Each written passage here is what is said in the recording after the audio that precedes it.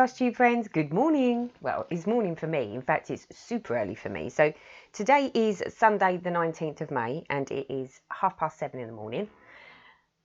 Big plans today. Big plans.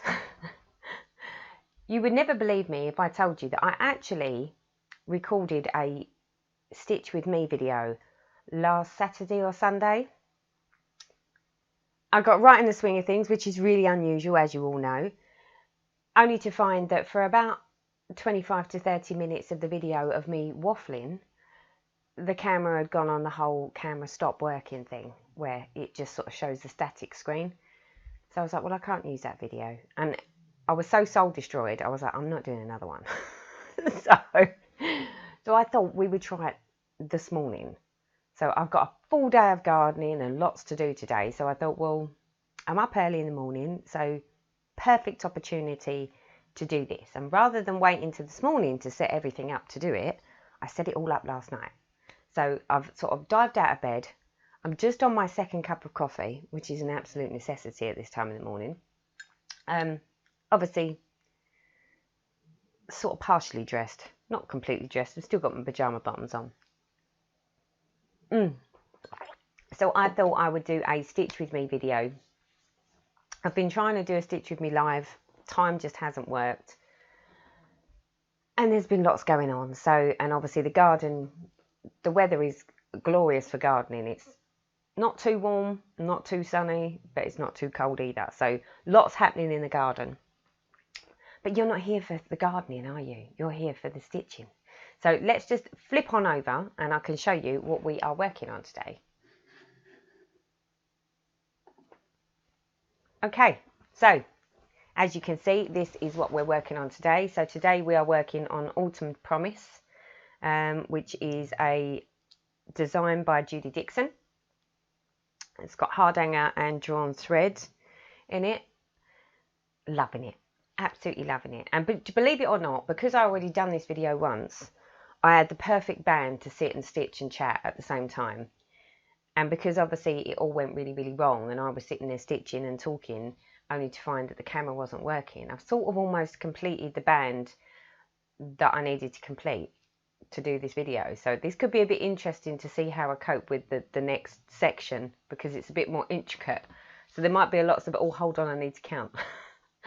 So this is what we are stitching on today. And here is where I'm at. So for reference, see this is the line that I actually stitched and talked to you. Although you don't know that because you didn't see it, but as usual. Let me move this down a little bit. There we go. So this is where I'm at. Let me see if I can move my camera in or whether that's maximum. Oh, no, we've got a little bit more maximum there. Let me just move this over there. Any more? Oh, yeah, there we go. So we're fully loaded. So just for reference point, so obviously this was the first band that I did here. This is the second band. This is the third band, which is, where are we? Which is this band here. So once I've completed this with you, then I need to go on and do this next big bit and then do all the outline to be able to do each of the motifs in the middle. But let's see how we get on, shall we? So to do and complete this band, we are working with Silken Colours. I've got bits of paper in my hand. So this is the colour that we're going to be using. Espresso Cream. And as you can see, it's all preloaded on my Annie's Keepers. Look at the shimmer of this thread. I love the silkiness, but then this is why I like silks, because you just get such a lovely, lovely shine from the silk. It's beautiful. So without further ado, should we just crack on? As you can see, I've preloaded a needle. I'm sort of on top of my game here, which is really quite rare.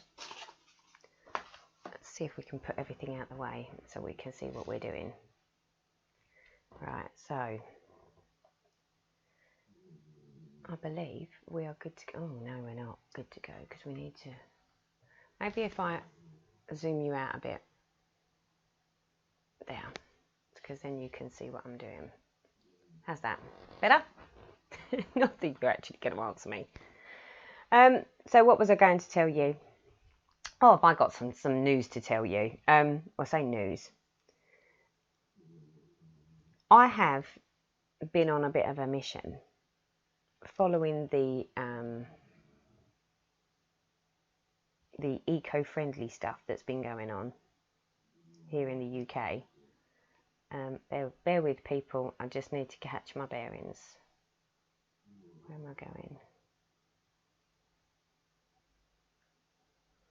2, 3. And then that's going up.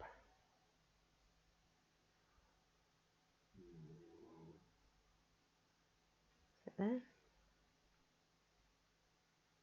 Yeah, that's it. Needed to think about that for a minute. Okay, so for those of you that, I don't know how much news you get over in all the different countries about what goes on in the UK, but you'll remember sort of last bank holiday time, we had lots of demonstrations in London with sort of the eco warriors and all about the global warming situation. And me and my family got into rather a heavy debate, let's say, about, you know, the reason for it, you know, and my mother-in-law, because I was pretty much on the fence with her when we first started the conversation, because the conversation was basically about the fact that obviously all the demonstrators were in London. They glued themselves to the trains and obviously created carnage in the city. And because my mother-in-law was like, well, I don't understand why they're doing it. You know, one minute we're told don't eat this, and then they say, oh, no, you can eat that. So I said, how do we know that what the scientists are telling us are true? And that, you know, she said, yes, there's global warming. She said, and yes, it's to do with the, you know, it's to do with the environment. But she said, how much do we know that that's actually us? So I was like, well, it's got to be us. I said, it can't be anything else. And she was like, well, it could be what the world's always done. And I went, well, then the world wouldn't have been here now. So it got into, you know, the whole, how do we know for sure? And obviously then the discussion went to the whole, well, they're basically saying that we've got 11 years.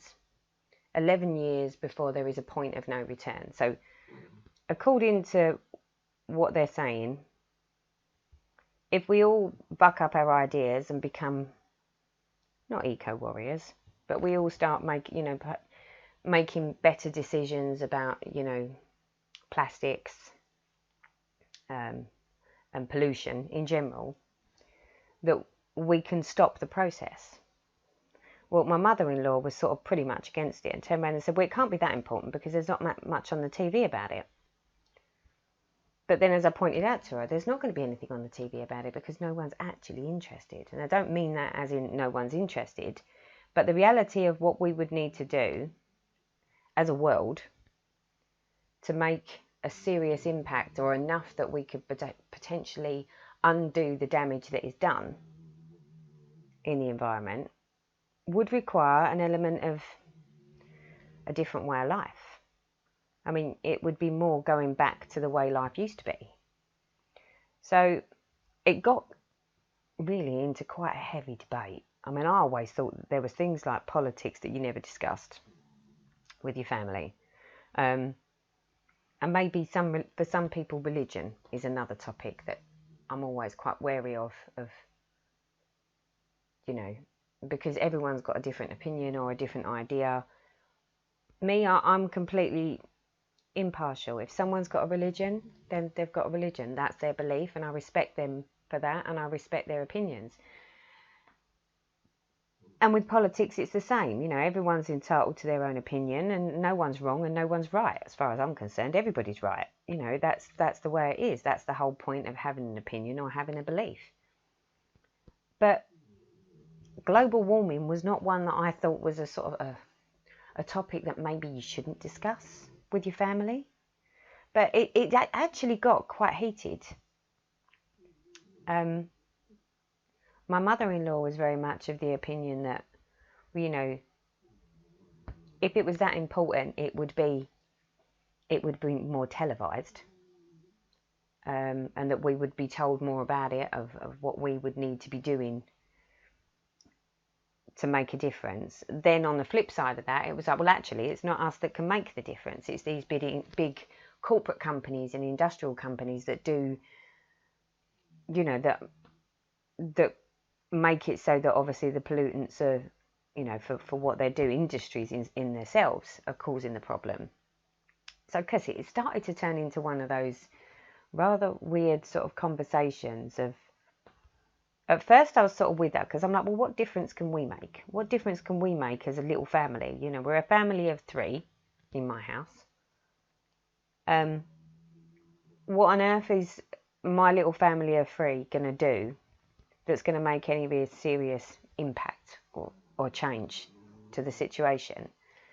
But then, as my husband pointed out, it's got to start somewhere. He said, he said, if you make a change to your way of living and you go more green, and then, you know, you happen to talk to, I don't know, another family of 3, and then they say, oh, actually, we might try something along that lines, and then they follow you, and before you know it, you end up with like the numbers increase massively, really, in the grand scheme of things. And I was like, do you know what? I'd never really thought of it like that. And I never really thought that there was, you know, our little bit of plastic waste and our cars and our emissions and, you know, general everyday life was making that much of an impact on it. But obviously, after having this this rather heated discussion with the family, and the fact that, you know, it was like, well, it's not televised, there's not really much we can do. But then when my husband said, well, for every one person that does do it, imagine another 10 people might follow suit. And then another 10 people would. And before you know it, in actual fact, the minority become the majority. And as my husband said, you know, it's supply and demand. These big corporate companies and these big industries only supply us with what we demand. But if the demand isn't there, they don't have to supply it, or they won't supply it, so therefore alleviating the problem. So I was like, yeah, valid point, okay. Well, because we left it as on a happy note, or as happy note as we could, even though we sort of all slightly disagreed on different various things. But we left it there, because I was at home sort of, because this was on a Saturday or Friday night or a Saturday night, and I was like, And you know, it's just like, well, you know, maybe we should be doing something different. Maybe we should be, you know, trying to make a difference. And my husband had sort of said, you know, although we can't make massive changes because it's a lot to do with way of life, he was like, well, it's silly things. He said, like plastics. And I was like, well, I don't use plastic. And he's like, well, you do? And I was like, well, I don't. I said, I don't, like when I have because obviously, because I work in the city and I don't have time to go shopping, I have my shopping delivered here at home. And I always make sure that I have my shopping delivered in like little crates, that they sort of bring the crates in, I unload the crate, they take the crate away. But nothing's in like plastic bags. But as my husband said, and he was like, yeah, but he said, look at the produce. He said, all the produce is basically in plastic. He said, there's very little that isn't in plastic. And he went, and you look at the loaves of bread, because obviously, I mean, I don't really eat bread personally, but my family do. And I was thinking, well, what can I do? What can I do that makes a difference? And obviously, when I sat and thought about it, I was like, well, I already do some things. I mean, obviously, love my gardening. So I'm helping from the plant aspect, the plant side of things. Bear with, because we've just moved on. As you can see, I've just finished that band. So now I need to work out how to do the other band. I tell you what, I'm going to switch you off momentarily. and come back to you because I need to work out where I go and get my thread sorted. Okay, so I'm back. As you can see, we are switching colours. So we are moving over to this little colour here, which again is a Silken Colours, and it's Southwest Sands. It's beautiful. Look at that. Look at the shine. Love the shine. Okay, so we need 2 strands of this. So where was I? Oh yeah, so I was sort of sitting there thinking about, well, what can I do that's going to make any real difference or impact to our way of life? And obviously, being that I work in the city and I'm a full-time working mum, never really indoors very often because I'm always working, I was like, well, it's not as easy as it looks, is it, to sort of be eco-friendly? So I sort of said to my husband, well, I said, well, we can, you know, are you prepared to make any real serious changes to our way of life? I said, to help the environment. And he was like, well, some. He said, but obviously, he said, the problem is, he said, it affects the way we live. So I was like, well, not all of it affects the way we live. I said, for instance, I said, the bread. I said, I remember the days when the only way you got a loaf of bread was to go to the baker's. And, you know, my mum was at one point, my mum was a stay-at-home mum. But I do remember the days when supermarkets were not the norm. That wasn't what we did.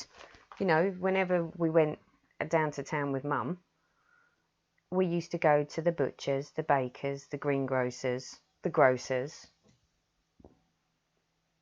You know, each shop was different and it had stuff in it. And we used to have towns then.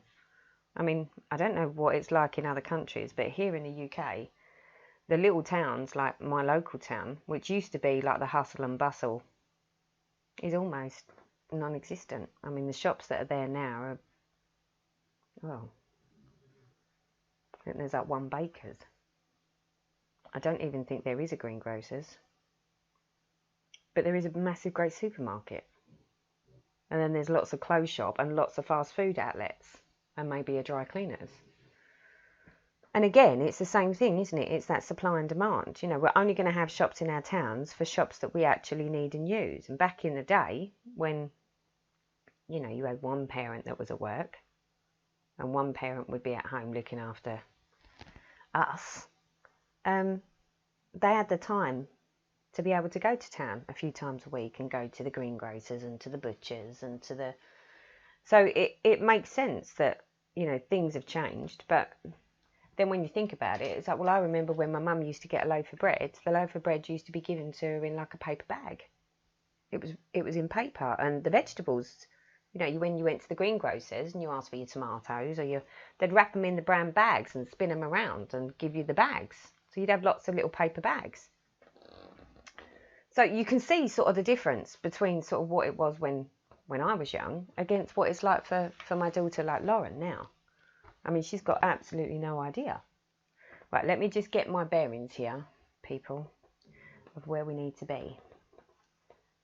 So, how do we do this? Where are we going to start? Do we need to start in the middle or... Yeah, we start in the middle.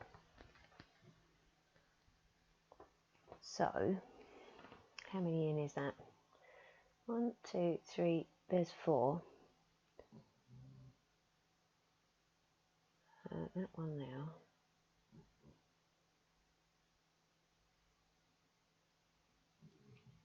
So, this one, and this one.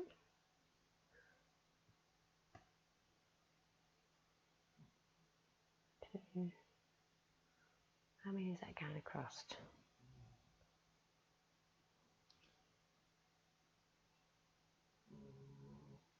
Right, and then 1, 2, 1, 2. I think that's right. We'll soon find out if it all starts to go rather wrong, people. As you can see, I do a really long thread for these. Just saves on the having to keep changing the thread over. Right, let me just quickly find myself here. I think that's it.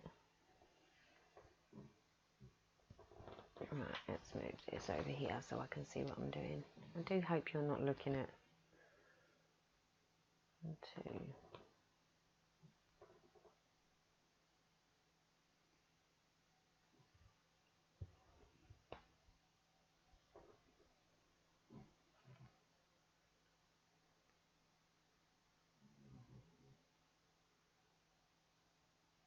Is that right?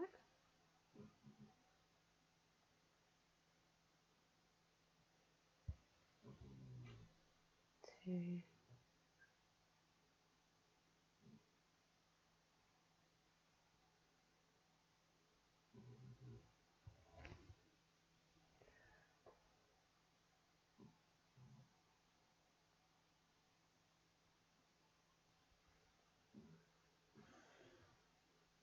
3.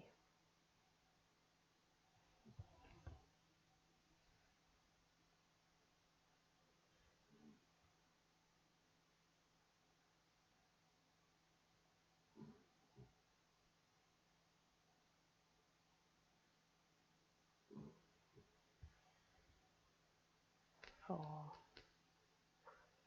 3, 4. 1, 2, 3, 4. It's been a while since I've done this block, so I'm just trying to find my way. 5? I think that's right.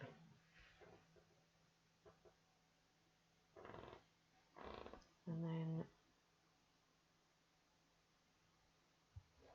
as you can see, this takes a little while. Once I've got into the swing of this, I'm fine.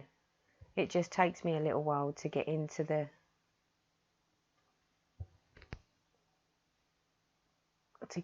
groove. 2.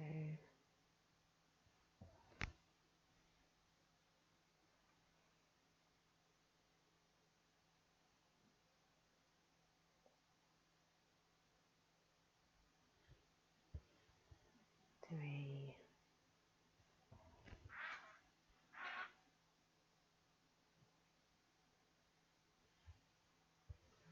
4.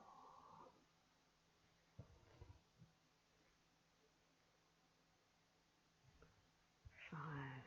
Is that right? Yeah, I think we're getting there now.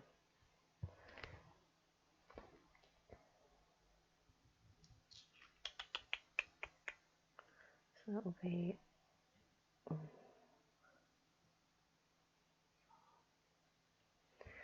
So, as I was saying, now see if I can do this and talk to you at the same time.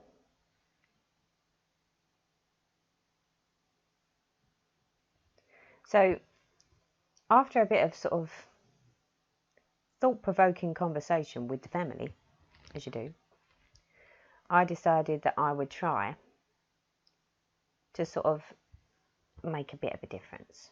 Not a massive dent, but try and make some conscious efforts. And the one thing that we get through in abundance in my house is bread.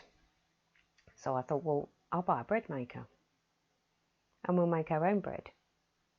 So that way, at least I'm cutting down on a bit more plastic.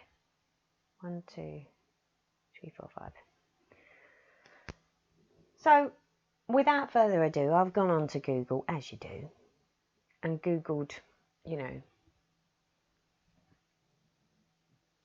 Google bread makers. Done a little bit of a search, and there was one on there specifically. Hold on, people. One on there specifically that basically said, oh, you know, it's really easy to use. It's a good all-rounder. It does a bit of everything.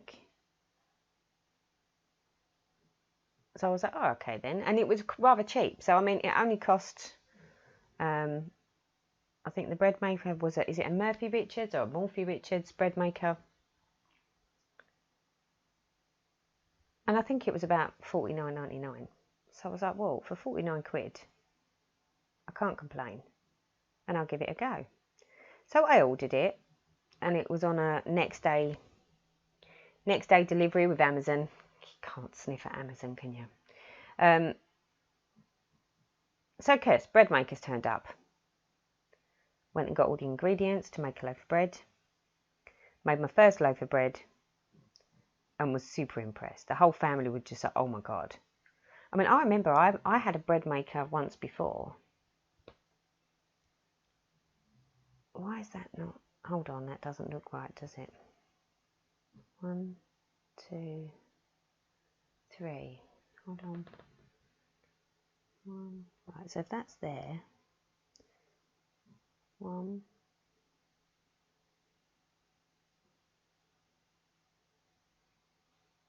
2, 3. No, that is in the right place. It just doesn't look right. Come on, come through the hole. There we go. So yeah, so I was like, oh my God, have I really just done that? I have, haven't I?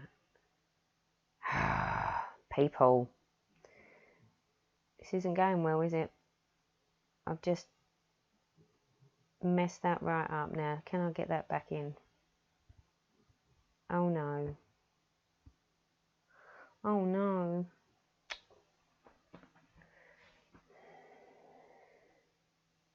I just pulled the back through the front.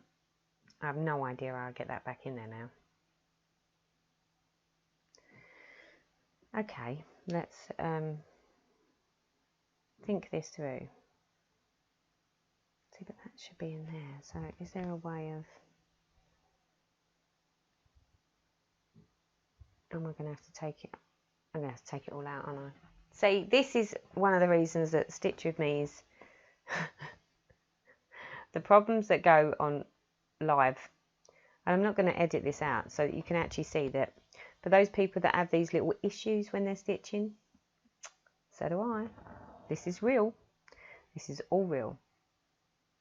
So as I was saying, before I completely mess this up, I ordered this Murphy Richards bread maker. Family were just in awe because they was loving the smell of the fresh cooked bread in the morning. It reminded me of when I was younger. My mum used to make homemade bread. And it was lip smacking. And I'm not even a bread eater. So it's got to be pretty good if it was making me slap my lips. So needless to say, the family were just like, oh yeah, we're loving this idea. No one was interested in buying a loaf of bread. I must have made about 4 or 5 loaves out of this bread maker. And then I was working from home on about day 2 or 3. And I thought, I'll put the bread making machine on so that everyone has got some bread when they get in from work today. Well, I put it on. I'm working from home. I've left it. I put it on like a rapid one, which is like a loaf of bread in 3 hours. So anyway, it got to about, it must have been about sort of just before 3 hours. And I was thinking, oh, bread will be ready in a minute. I was thinking, that's strange. I can't smell the bread cooking. So I've gone into the kitchen, had a little look, because this one came with like a little window so that you could actually see inside the bread maker. And I was like, well, that looks a bit white still. Big, you know, basically was touching where the window was. And I was like, it's big, but I can't see how it's cooking anything. So I thought, well, maybe it is, and I just don't know. So I waited for the timer to go off. So the bleeper went off. So that told me that it should have been ready. And blow me. Right, let me think. Let me make a little mark in this so that I know where I'm.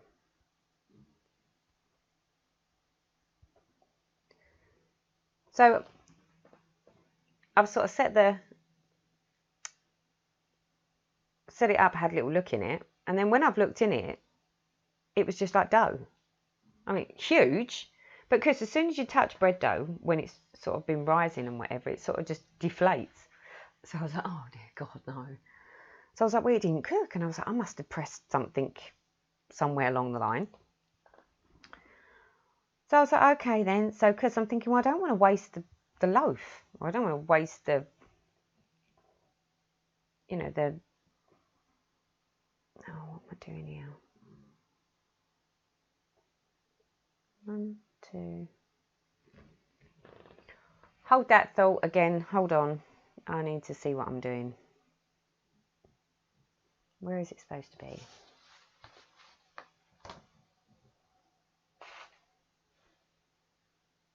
So it's supposed to be starting there.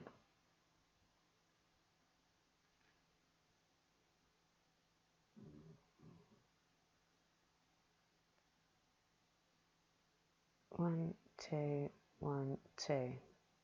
Was I in the wrong place the first time? Maybe. Right, hold on. Right, so if that's... Right. Okay. Let's try this again, shall we? There we go. That should be right. So, I thought, well, I'm not going to waste this. I'm not going to waste the bread. I'll stick it in the oven. I'll stick the dough in the oven. And true enough, it was fine. You know, I stuck the dough in the oven. But I'm like, well, I didn't buy a bread maker so that it just made dough. So I thought, okay, well, we'll try it again. Maybe I must have pressed like a button, or, I don't know, a timing difference or something. So I'd basically come to the conclusion that it was, you know, I'd made an error. So I've set it all back up again. Left it for another 3 hours to come back. 1, 2, 3, 4. And the same thing again. So I'm like, would you believe it? I haven't even had it 4 days and the bread maker's broken. So I was like, okay. So contacted Amazon, requested a replacement, and they just sort of said, yes, we'll replace it. You just need to send the other one back by a certain date. So I'm like, fair enough. So I was like, these things happen. And sometimes bread makers just do that. You know, same as any bit of equipment that we purchase. You know, sometimes it has a blip and it decides it doesn't want to work. So I was like, it's not a problem. So I ordered another one, which then was arranged to turn up the next day.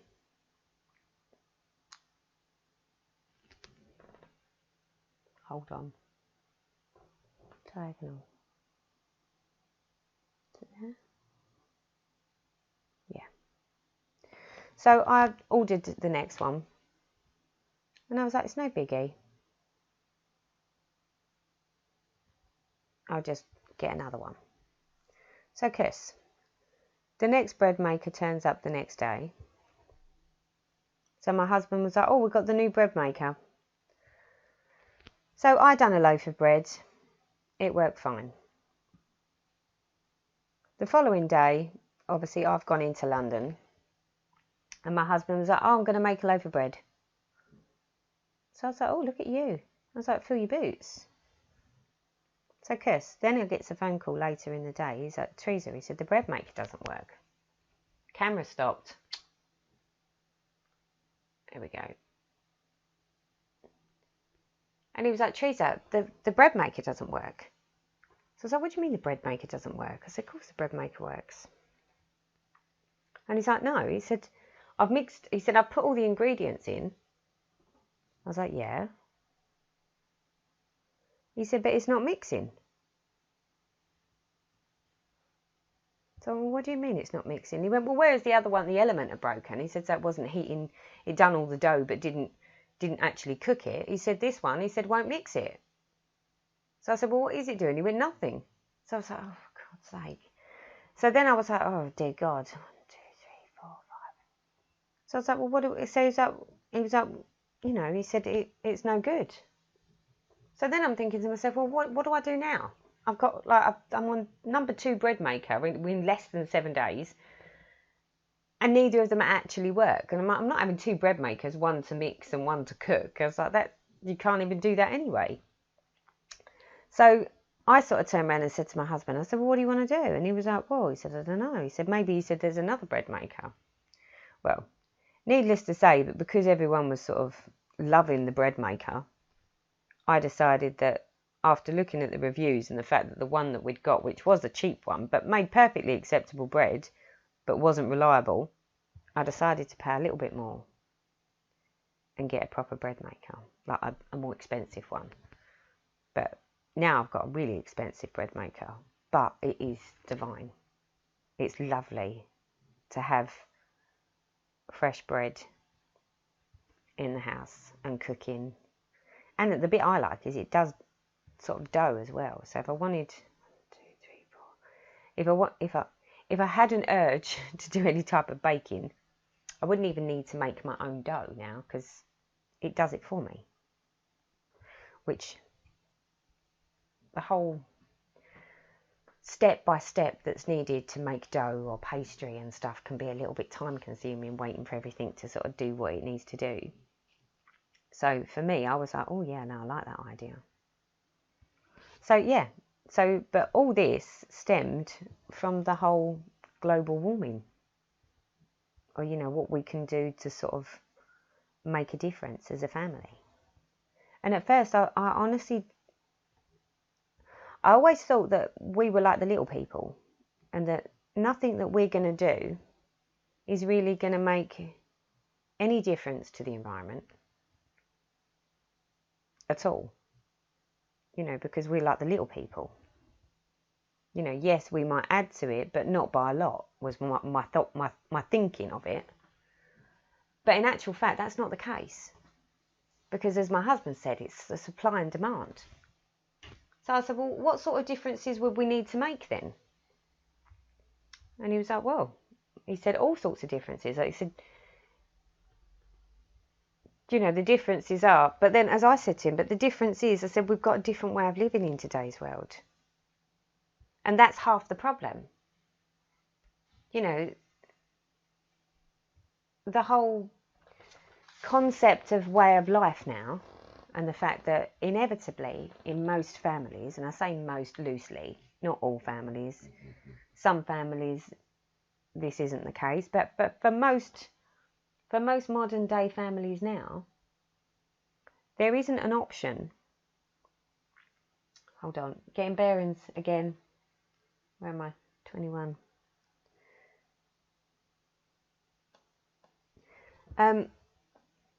For most families now, to only have one person working and the other one is a stay-at-home mum or dad,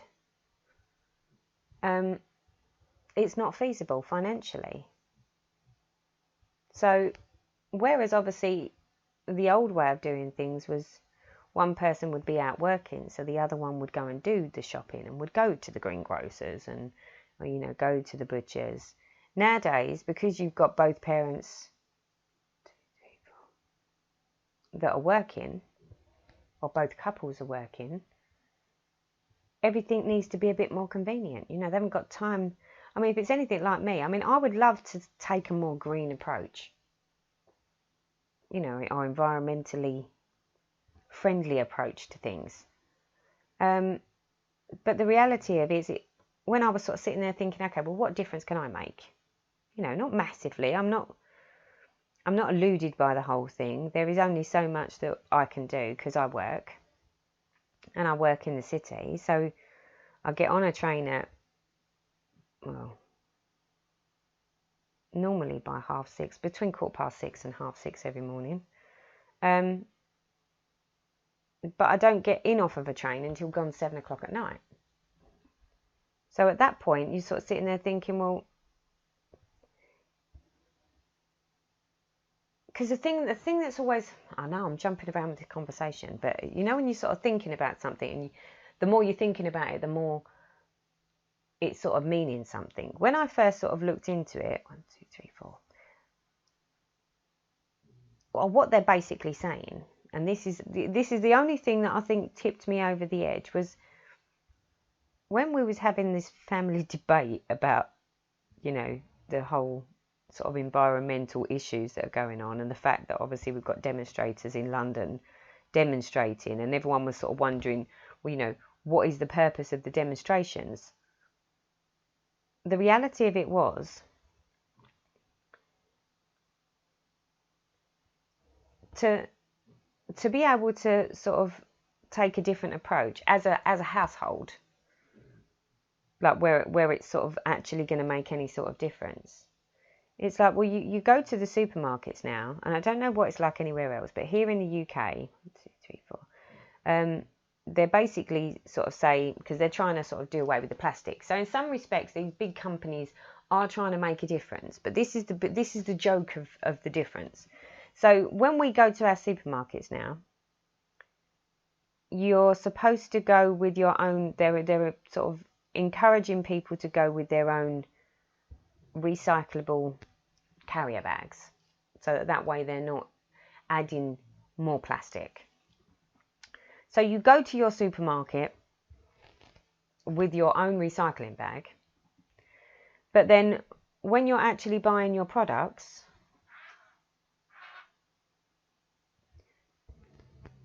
everything's in plastic, which I'm not sure I get, because it's like, well, if you're doing everything in your power to make everyone go more green, or be more aware of plastics, why is everything that you sell as a retailer in plastic, yet you're charging us for plastic bags? So I'm like, surely that's sort of its own little contradiction, because it's like, well, if I need to have my own plastic bags or my own recyclable bags to use so that I'm not adding to it, why are they still mass producing products in plastic that we then have to put into our recyclable bags, take home, and then have plastic that we need to stick in our recycling bins that are still made of plastic? Because when I actually looked at sort of all of the things that we buy, all the foods that we buy, they're in like plastic trays with cellophane plastic tops. The cheese is given to you in plastic. So I'm like, well, it sort of makes a mockery of this whole, we need to be more careful. Because at that point I'm sitting there thinking, well, what's the point of not having any plastic bags if you're still going to serve stuff with? But this is the difference. So back in the day when we had greengrocers and butchers and grocers and bakers, and we used to go to the individual places, everything was given to you in your own bag, in a paper bag. That was what it was. But the reality of it is, to be able to make a difference means I would have to stop going to supermarkets, because everything that you buy out of a supermarket is wrapped in plastic. But then because I work full time, I don't have time to go and go to a bakery. And even now, when you go to a bakery and you ask for a loaf of bread and you want it cut, they give it to you in a plastic bag. It doesn't come in a paper bag. The only one that is different is the greengrocers. So if you go and buy loose vegetables and loose fruit, they don't put it in a plastic bag, or you can freehand it yourself. I think the only difference is maybe potatoes, but some of them turn up in potato bags. So it's been really sort of eye-opening in a weird sort of way that the modern way, they're all sitting there saying, oh, we've all got to do something about global warming, we've all got to do our part. Yet the reality of it is, how do we do that when, all the shops, the greengrocers, to pull away from like what I call your major supermarkets, where everything is in plastic because it's all mass produced. 1, 2, 3. The only way to pull away from that would be to go back to a more old school way of doing stuff, where you'd go to a greengrocer's, you'd go to a butcher's, you'd go to a baker's and buy it individually, where you can get it where it's straight off the counter. And then it's your decision then not to put it in a plastic bag and use paper. But the reality of that is, to be able to sort of have food in the house would then mean that I'd need to quit work then. Because there aren't shops open gone 7 o'clock at night. You don't have a greengrocer's that's open at like 8, 9 o'clock at night, or a butcher's or a baker's. They will shut at 5 o'clock. And obviously working in the city, hold on, where am I? Working in the city, you don't have those types of shops. So it's really you know, the more I thought about it, I was like, well, when they sort of sit there and say, because one of the points that my mother-in-law made when we got on to this whole debate about, and she was like, well, if it was that important, it would be more televised, you know, about what we should all be doing. But then, as my husband pointed out, they're not going to televise it because no one's actually interested. And I don't mean that as in no one's interested in trying to do something. I'm sure they would. But the problem is, to actually do anything that really makes a dent in the, you know, the pollution and the issues that we've got worldwide now, would mean everyone needs to change their way of life. And it's too inconvenient because everyone is all about convenience now.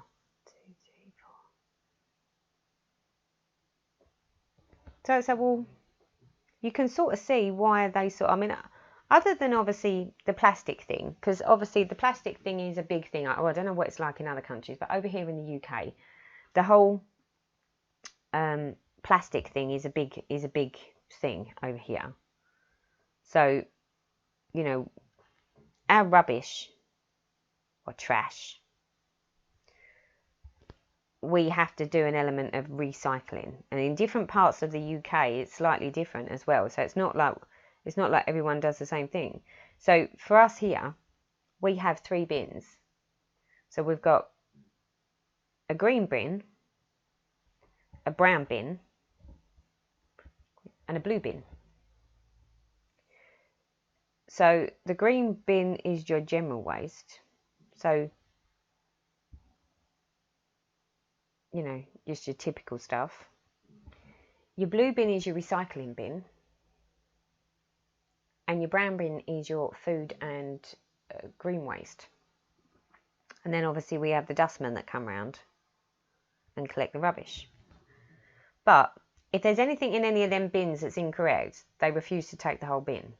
So they'll open it and check, like periodically they'll check inside just to make sure that you're following the recycling rules. 1, 2, 3, 4, which is fine. But being that I do a bit of working from home now, sometimes when I see the dustmen come down the road, because they're obviously, I don't know, budget stretching, I don't know what you call it, where they're sort of, I don't know what they're doing, but they're doing something. And sometimes the dustman will come down the road, and instead of like you'd expect, you know, the one, you know, if a dust cart comes down the road, they're going to take all the brown bins. You know, they empty all the brown bins. Sometimes they'll put the brown bins and the blue bins together, or the general and the whatever together. And it's like, well, hold on a minute. You've just made us recycle all that into these 3 separate bins, of which we have to have 3 separate bins in our house. And then you've just gone and thrown 2 of the bins in the same back end of a truck. And it's like, well, what was the point of that? And yeah, don't even get me started on that. So it's all sort of, I don't know, it's all really weird. And it's like, you know, you're trying to do your bit, but then when you see that, it sort of makes a bit of a mockery of it. But then at the same time, it's like, well, I do want to try. So I personally have decided that I'm going to try and be a little more green, because it worries me. It never,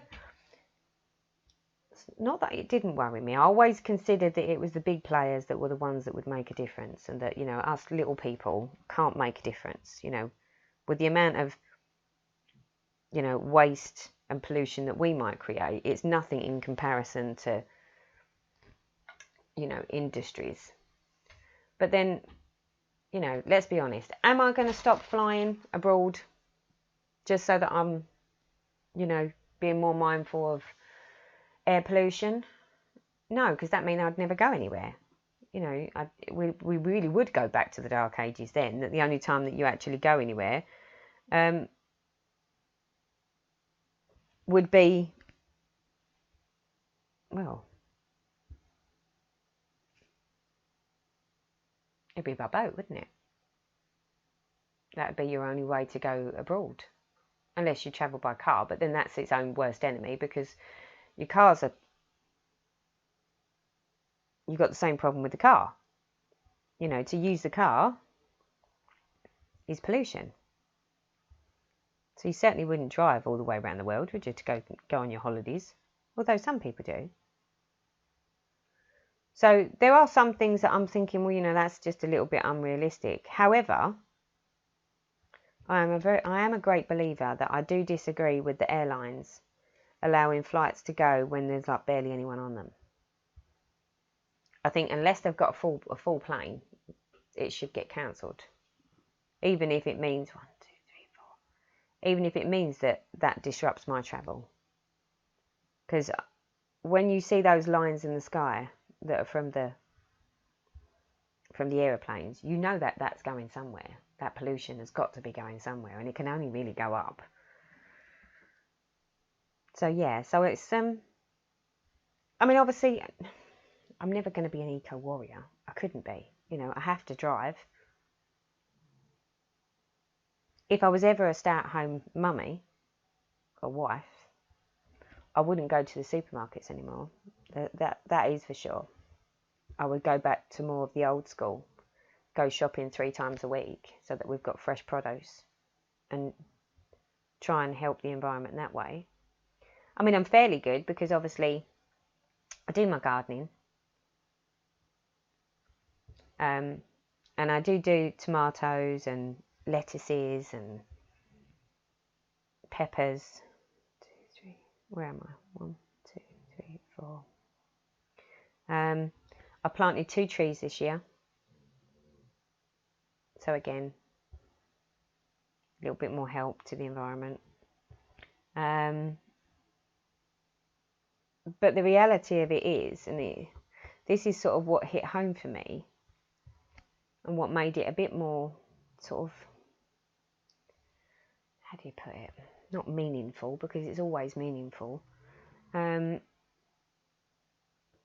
the reality of it was, potentially, the actions or my actions could mean that I'm killing my grandchildren stroke great-grandchildren.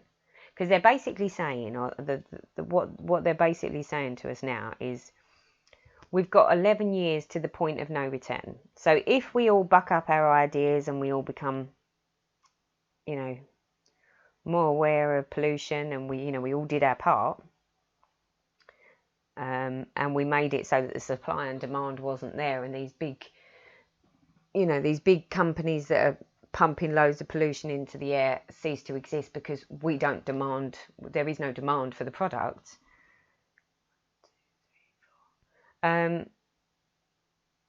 If we all done our bit, we could reverse the damage we've done. What they're basically saying is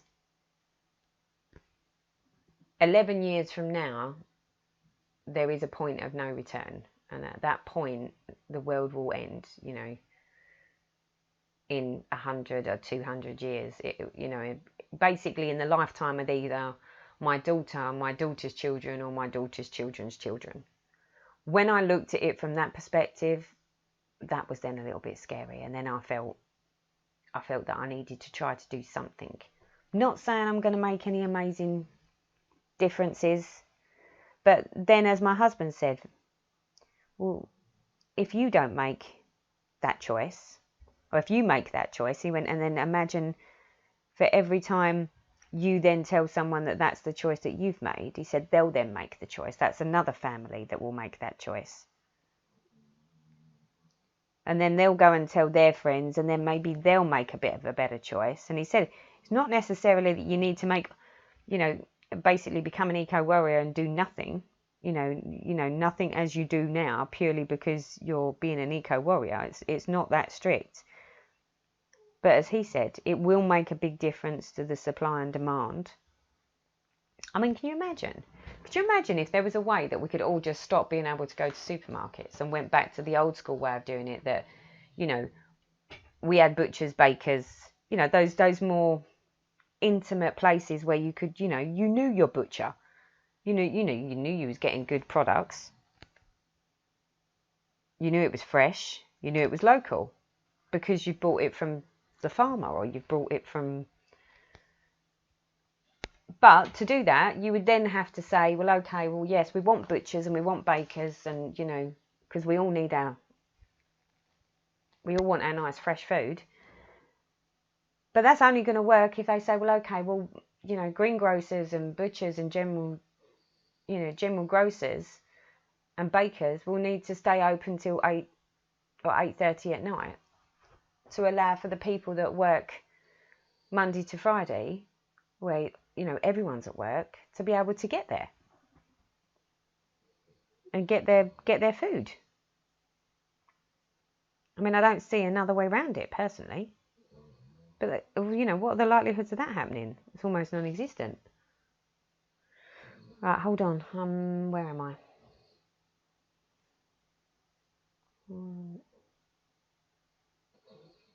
I go that way, don't I?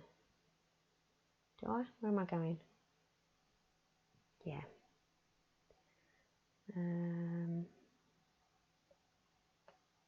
That's it.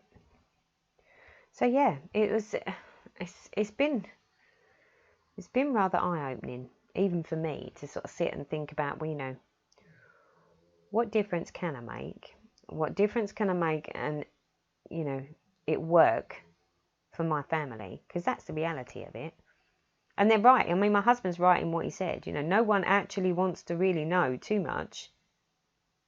Ignorance is bliss. But no one really wants to know that much, because the reality of it is it would change the way we live so much that it's scary. Because it would go back to being, if you go down to the town, you wouldn't get in your car necessarily, unless it was miles away. 1, 2, 3, 4. You wouldn't buy from supermarkets. You wouldn't have takeaways because everything's served in plastic. I mean, this is it. If all of a sudden everyone went on a bit of a boycott and was like, oh, bear with me, peeps. The phone is ringing. That was husband thinking that I'd rung him. I don't think so. I'm talking to you, not him. So where was I? Yeah, I'm waffling about eco-friendly stuff. But yeah, no. I've decided that, given that the more I thought about it, the more I was like, all right, no. I can't give up my job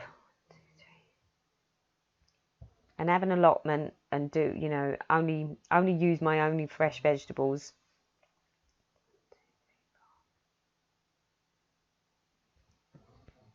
And go shopping every 5 seconds, because that's the only way that I would be able to sort of go and get it without getting it at a supermarket. But there are some things that I could make differences on. So like, I'm no longer buying any plastic pots when I go to the garden centre. I refuse to, unless they do the recyclable. Are you going to sit up, Fudge?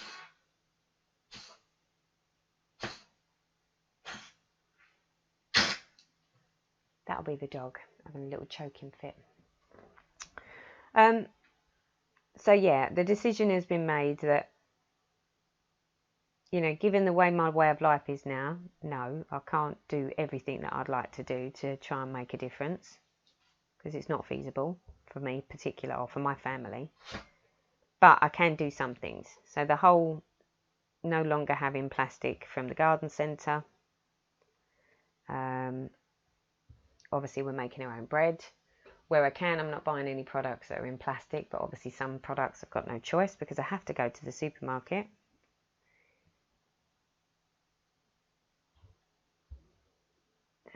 1, 2, 3, 4. But then equally, there are some things that, there's just no getting away from it, that you don't really have a choice. But I thought, well, if I can make a bit of a difference with the things that I do have a choice with, that's got to all go in the same direction to help. Or at least that's how I see it. So, yeah, I'm going a bit more eco-friendly. As good as I can. So hence the reason. But this is what makes me laugh. So I'm sitting there saying, well, I'm going all eco-friendly. But then, you know, someone said to me, yeah, but you're going eco-friendly and you bought yourself a bread maker. And the bread maker would have been made out of plastic. And then, you know, then the pollutions for the making of the product. And I was like, well, yeah, but the difference for me, or the way I look at it, is if you was to work out the cost of the recycling, or cost of the plastic that the bags come in, that the bread comes in, for the remainder of our life, for a family of 3, against the cost of my one bread maker that would have required some plastic because it's got, you know, stainless steel around it, and some plastic parts.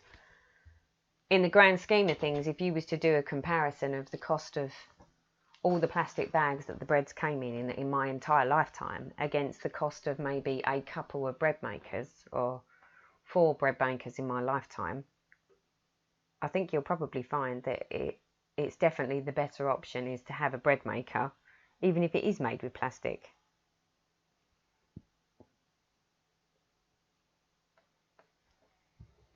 More so than to keep going and buying loaves of bread that are in plastic.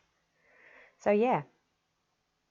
So I'm making some, well, let's just say better choices, I think, to be more, you know, nicer to the planet. I mean, it may make no difference whatsoever, but at least I won't feel bad, because up until I actually looked at it from the point of view that, well, actually my way of life and my way of looking at things is potentially the extinction of my grandchildren or my great grandchildren. That sort of, when I sort of posed it to myself in that way, that made me feel really quite sad and bad that,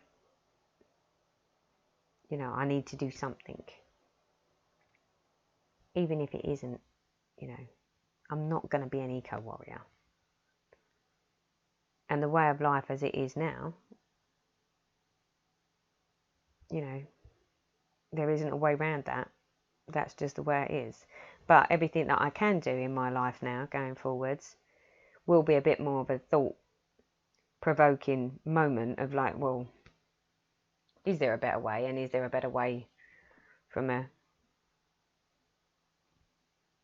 you know what I mean. It's a bit heavy conversation today, don't you think? In fact, it is a very heavy conversation. But it's what the bread maker, it's the reason for the bread maker. It was bizarre. But now, everyone's just in love with the bread makers. And that smell of homemade bread, the camera just keeps stopping, doesn't it?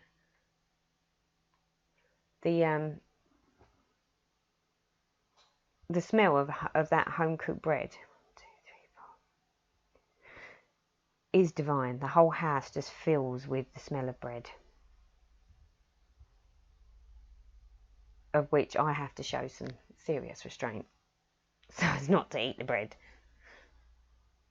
But the family love me for it, so if nothing else, I've made them all very, very happy that they get to wake up to the smell of a fresh cooked loaf.